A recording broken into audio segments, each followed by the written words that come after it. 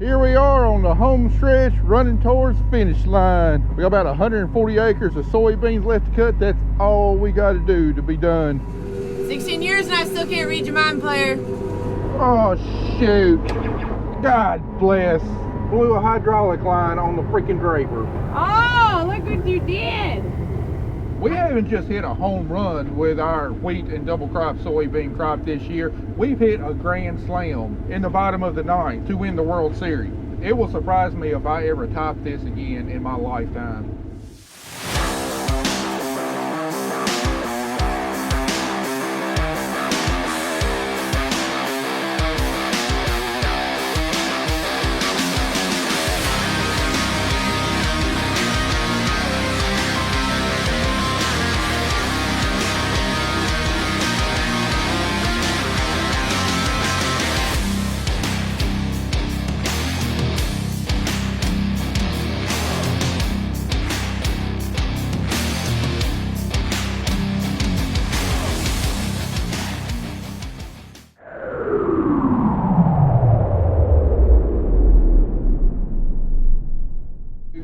We haven't just hit a home run with our wheat and double crop soybean crop this year. We've hit a grand slam in the bottom of the ninth to win the World Series. That's what we're seeing off of the ground where we had winter wheat planted and then soybeans following that winter wheat.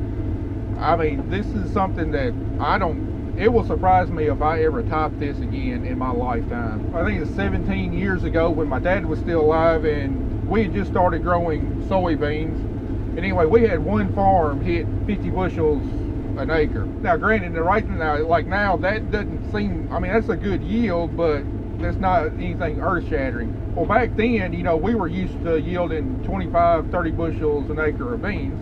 And we had one farm that hit 50 bushels per acre. And I remember my dad telling me, he's like, I'll never see these yields again in my lifetime. Unfortunately, his words were true because he only lived another couple of years. But, you know, if you stay in this game long enough with advancements we made in farming, our farming practices, advancements made in technology, varieties, and everything else, I mean, I say I won't be able to duplicate this again in my lifetime. But I mean, realistically, you know, there's a good shot that I will as yields keep climbing as we keep getting better at our job. This farm right here, this is the farm that we actually had our highest wheat yield on. I think the average on this farm was about 110 bushels an acre. Now, say we average 60 bushels soybeans on this farm. Right now, yield monitor showing 65 bushels an acre right in this part of the field. This is only the second crop that I've harvested on this farm, and when this farm came available, I really had to put in a lot of work to rent this farm, to convince the landlord that I was going to be the right person for his ground. And he's also on a share rent, so he really cares what I sell. He really cares how much we yield on the farm and what I can sell the crop for. You know, I projected, you know, what I thought his income could potentially be with different crop scenarios and whatnot. When he gets his check this year, I'm pretty sure he's going to be blown away. You know what? That makes me happy because I went out on a limb to tell him that you're not going to regret me. I'm going to make you more money than I think anybody else can. And here we are in year 2. There's a good chance that what I told him will ultimately come true. He's going to make a good bit of income off this farm this year. All right, here we are once again. Seems like we ain't even been in the field at all. The lights are coming on. Now, I've had a couple people ask in the comments a real good question. They ask, why do I cut soybeans going at an angle to the rows instead of going the way the rows are planted? And the reason for that is the soybeans, when you cut at an angle, feed into the header a lot more evenly. See how nice and even they're feeding in right there, just a nice even flow, which to operate a combine efficiently, that's what you want. You want an even flow of crop going into the combine. if you kind of have slugs of material coming into the combine, it's just it doesn't thresh efficiently. You can carry some out the back. You know, it can temporarily overload the combine and just kind of a back and forth, and doesn't do real well. And the reason that it feeds evenly is, like right now we're cutting double crop soybeans. We got a bunch of wheat straw, old, rotten, dried up wheat straw that's real light and fluffy, and it's sticking up. If you were to cut with the rows, you got this much width in between each row that stuff is sticking up, and the stuff is brittle enough and not really strong enough to stand upright until the sickle gets there to cut it. So the guards that the sickle runs in can really, if you got much moisture, it can act like a bulldozer. It can kind of grab that stuff and push it forward until you got a big pile there, and there's no way for the material to get back to the sickle to cut it. When you got a bunch of light fluffy stuff, whether it's the dead leaves from the soybeans or wheat straw or any other kind of residue, you can push up piles with your header in between the rows. You know, at an angle to the rows, that means that your entire cutter bar is going to be cutting across a point sometime real soon. And how that helps is that the soybean stem is strong enough that if it's got a pile that gets pushed up to it, that stem is strong enough to force that pile to get back into the cutter bar to where it can be cut off and keeps the cutter bar clean when you're cutting at an angle to the rows, because it's kind of, you know, going back and forth across the cutter bar on keeping it clear. Whereas if you're going with the row, you got this, you know, the stem hitting, you know, every so often along the cutter bar, but the parts in between the cutter bars can push up a pile, and that pile gets big enough, then it starts pushing soybeans over. And then if your reel happens to grab that pile and then jerk it into the header, you can choke your feeder up. If it gets pulled in the combine, you can choke your combine up. There's typically going to be a lot of dirt and stuff in there that you really don't want going through your combine. So you know, bottom line is we cut across the rows to promote even feeding and to prevent our cutter bar from pushing up piles in the field. And to tell you the truth, that's not a trick I figured out myself. I bought my first combine in 2003, and until then I just run cotton pickers. I just been around cotton. I didn't know anything about grain, but we started rotating our crops in right at the year I got out of college. And I bought a combine and cut beans with it, you know, for the first time that fall. Didn't know a lick of what I was doing. And anyway, I was cutting with the rows because that's really the most efficient way, because you typically plant the most efficient way it is to go across the field. So that's the way I cut it. And for one thing, I didn't realize it. See, there's a pile right there that just got pushed up because it's getting dark, starting to get damp, and even cutting across the rows, you're still going to have a tendency to push up piles. But anyway, getting back to my story, that year, that first year I run my combine, it was a 1988 Case IH 1660 with a 22.5 foot head. And anyway, the combine was decent, but the header was absolutely junk. I mean, I didn't know that. Me and my dad did not know what to look at when buying a combine. We never run one. But anyway, that head was absolutely junky. There was things wrong with it, wasn't properly adjusted and whatnot. And you know, cutting up in the air, cutting rigid in like wheat or milo did fine. But when you put it on the ground and it had to follow the contours of the ground, it was absolutely junk. And we fought that thing all fall long. You know, I just thought that's just the way soybeans were. I didn't really know how it was supposed to work, what the performance of it was supposed to be like. And I mean, we pushed up piles everywhere. It was just slow going. It was going forward a little bit, picking up the header, backing up, and just repeated it, especially if we got into decent beans. Anyway, I asked a neighboring farmer about that winter. You know, what could I do differently? But anyway, this farmer told me the trick is to get soybeans to feed better, especially with those older style platform headers that had the auger. It fed a whole lot better if you cut at an angle to the roads, and also kept your cutter bar clean, kept you from pushing up piles. So that's how I learned that trick. And there's a lot of other people, at least around here, that utilize that trick. It's really not the most efficient way to cut a field, but if you can keep making long passes like we're doing, not have to stop and back up because you're pushing up a pile, it's definitely a lot quicker. Kelly, what's your opinion on some Genghis grill tonight? I can't eat half of it, remember? Well, you can eat your half, and I'll eat your half plus my whole. On a low sodium diet, dude. Plus I can't eat half that crap anyways because it's got all kinds of wheat in it. Rice and meat and vegetables don't have wheat in it. The sauces they use. Well, that's kind of what I got a hankering for tonight, and you know, we are here in Jackson city limits, and it wouldn't mean cooking or cleaning anything tonight. Tell me you're talking about being done. I don't know. Whenever I get to a good stopping point.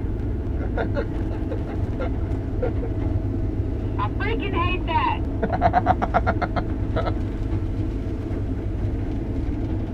I knew you'd say that. I don't know. Whenever it gets wet, I mean, ain't no wind blowing. It's bound to get wet here before too long. Yeah, I said when I get to a good stopping point to prove a point. If you remember, quite a few videos ago in our last soybean cutting video, Kelly went on a rant about how she doesn't understand what that means, and she hates it when I say that. For 16 years, I can ask Matt during cotton, hey, what time do you think you're gonna stop? And every single time, this is what he says: when I get to a good stopping point. How is that telling me what time? When's a good stopping point? 2 a.m.? 4 a.m.? So frustrating.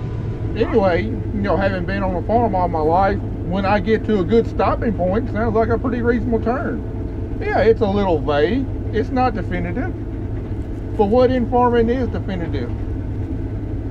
I'll stop when it's good in time, ready for me to stop. It could be when I get a load cut. Could be when it gets too wet. Could be when I get a certain part of the field done. Or it could be whenever I break down. Who knows? Call Carter and tell him to ride back with Zach, and whenever we get done, we'll go over there and I'll embarrass myself and show them how a tired farmer eats. He says he doesn't want to go, he wants to stay home. Date night. Oh, yay. Watching you eat while I pick at my sad little bowl that I can't eat much with. Well, at least one of us will come away happy this evening. As long as we get done here in the field before they close up tonight, I'm going to walk up in there like I own the place, all covered up in hydraulic oil, smelling pretty bad, and I'm going to get me some stir fry. Funny thing is that we have a pretty good southerly breeze blowing back that way, and guess what's just north of this field, right across the road? A big old subdivision. There's gonna be some angry folks wake up in the morning, got their cars coated with dust. Oh well, you move out to the country, build houses out in the country, that's what you gotta deal with. I can't control which way the wind's blowing. Got Roy out here, right over there in the distance, drilling cover crops. He's staying right behind me. Getting my last cover crops of the year planted. I did not have this farm aerial seeded because the pilot did not want to do this farm because of the proximity of the subdivisions right next to the fields. Worried about people complaining about dropping seed in their yard. So we had to wait. Till we got the beans off to grill them. All right, let's call it a day. We got 60 acres done today. Leaves us 80 acres tomorrow. Shouldn't have any problem getting it wrapped up tomorrow. Are you sure about that? I am 100% positive about that. There will be no epic end of harvest this year. Matt, seriously? Don't. Oh yeah, little faith. We're gonna call it an early day. That wind stopped blowing and it got damp pretty quick. Plus, I got a hot date tonight. We are on the last leg of harvest, so let's hope, fingers crossed, toes crossed, and Matt doesn't say stuff, that we will get done sometime, maybe possibly on this Wednesday. That's all I got to say, because I don't jinx anything, I just wait till we're done. I'm gonna take this out there, and got the grunge look going today, and we're gonna get started a little earlier. And if I hadn't forgotten 27 dadgum things, because I gotta carry 27 dadgum things, I probably would have been out there 30 freaking minutes ago. The light at the end of the tunnel is like right there. Right there. It's so close. Dadgummit. 4th time. I forgot my phone. But look at this. This was completely full the other day. Now look at my yard.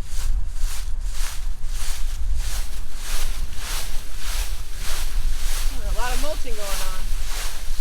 It is really pretty though, but now 4 times I'm going back into this freaking house. And forgot my phone. Harvest brain is in full effect, and I want to be back on an 8 to 5. That would be great. Cause I've lost my brain. It's gone. It's gone. It's gone. It's 5 times back into the house, and my phone was in the fridge.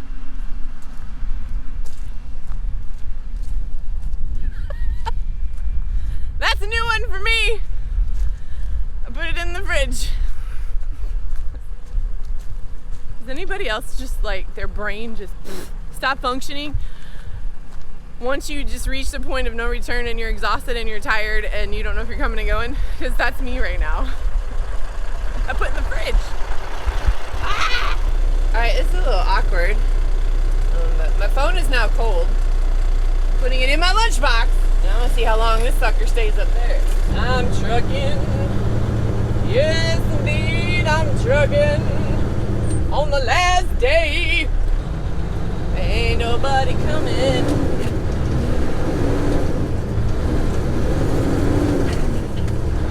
Freaking dog better stay. Lock his butt back up.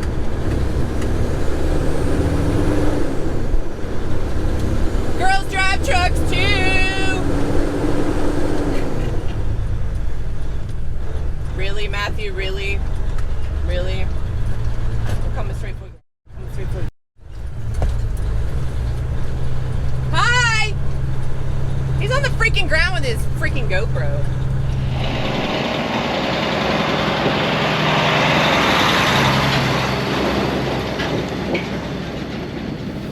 Welcome to what should be the last day of harvest 2021. Let's get her done.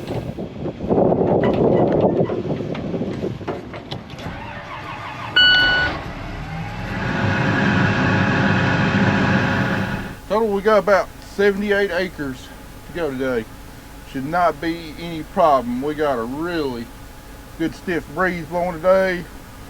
It's early this morning, getting an early start. We should be able to roll on through these beans real quick.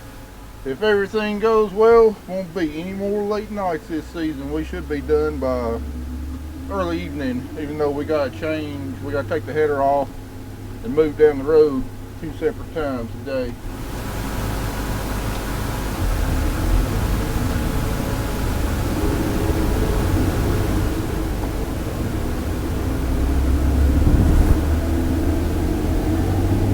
We did have a potential problem pop up last night. I didn't discuss it last night, but Zach got back to the bin with that last load and checked the bin we're putting in soybeans. So I got 4 total bins, and 3 of my bins are full of corn. We had that one last 48-foot bin that we're storing all our beans in, and it's got a capacity of 43,000 bushels. Now that's 43,000 bushels of corn, not beans. Corn is 56 pounds per bushel, whereas soybeans is 60 pounds per bushel. So you're not ever going to get the same capacity bushel-wise in beans as you do corn. Anyway, he checked the level, and after unloading the last load, and he said the level of the bin was 2 crinkles up on the top sheet of the bin. So we're getting pretty dang close to that bin being full, and with almost 80 acres of soybeans that say 60 bushels an acre, I mean, you're looking at about 4,800 bushels there potentially. So I don't know if we're going to have enough room to store all of my beans. That's a good problem to have, though. Definitely not complaining about that. And if you got an extra amount of $12 beans, that's just going to make the bottom line look a little bit better this year. So not complaining about it, but it is a potential consideration that we might have to haul some beans to the granary. Could potentially mean not getting done today if we got to haul a load to the granary. I don't know if we'll make it or not, but Zach's gonna keep tabs on it. I'm just as ready to be done as everybody else. If we gotta wait a little bit longer because we got too many bushels, we gotta haul some of it all. It's definitely a good problem. A whole lot better than some of the other problems we faced this harvest season. So now we're running into the situation of bin space. And checking the grain bin last night, after putting the second load in, I've got maybe enough room to put about 3,000 bushels in bin number 2. And then we're gonna be up to the door on the roof. I know with as well as the beans are doing up here, we've got at least 2 more truckloads coming off of here, at least. And then we've got another 26 acres down the road that are probably going to do just as good, so that's probably another truck and a half. So it's going to be a tight squeeze to get all that stuff in there. If the wind will stay blowing and the dew will stay gone, we stand a real shot of getting done late this evening, because there's a really strong front pushing in tonight and a pretty big storm moving in about 3 o'clock tomorrow morning, and we'd really like to get done with harvest and drilling the rest of this cover crop before it puts us out of the field for the next 2 to 3 days. So Matt's after it, Kelly's getting after it, Roy's after it on the drill. So that's where we're at. Stay tuned. Well, it looks like we're moving to the bottom field.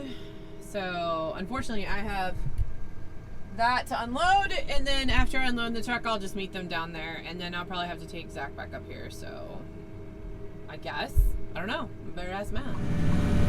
Oh.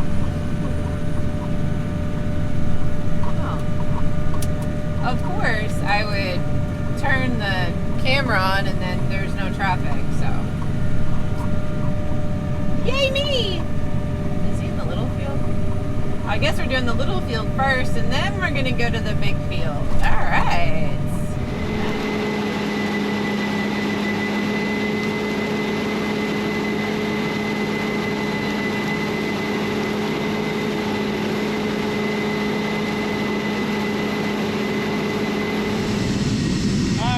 The bin site.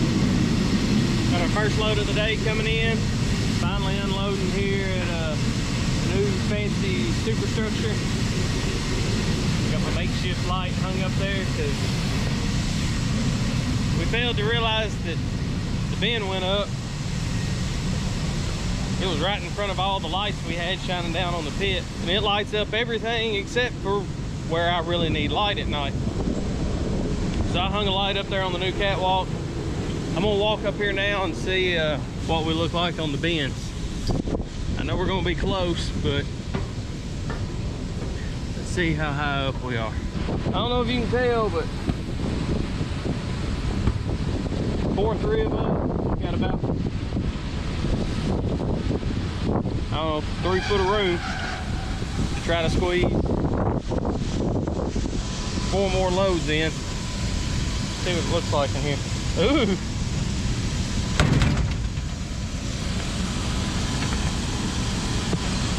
We're getting close.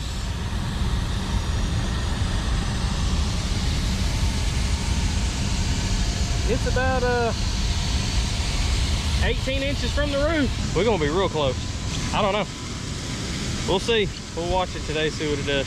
Well, after shutting the loop off and sticking my head in the door, I've got roughly 28 to 30 inches between the top layer of beans and the spreader in the ceiling. I think today I'm gonna be spending more time running up and down the stairs checking this thing than anything else. While this truck starts to unload, Roy broke down in the field next to us, trying to finish up drilling cover crops on that to get in the same field with us, and he had an O-ring blow. Most of the time ain't a big deal, but on this tractor there is a accumulator that allows for the front suspension that is hooked to a hydraulic line, and the tractor that he is running is notorious for blowing those O-rings. I don't know why. It started it about 6 months after it got here a couple years ago, and it's been steady doing it since. It doesn't matter if I spend $27 on that O-ring from New Holland or just do what I normally do and take the O-ring kit out there. It's gonna blow. I don't know why. The pressure's good. We got the right hydraulic fitting. The hose is right. But it's gonna blow about every 6 months. But the problem is, when it blew, the whole front end of the tractor, the front glass and the driver door is covered in hydraulic fluid. So I am gonna have to get me a couple of 2.5 gallon jugs, fill it up with water, get some soap, and see if I can splash this stuff on here hard enough to try to clean that hydraulic fluid off, because we've winterized the water truck and we've winterized the water wagon. So trying to keep having to bring that stuff back out and go back through the process, winterizing all that crap again. Never a dull day out here. Always something to do.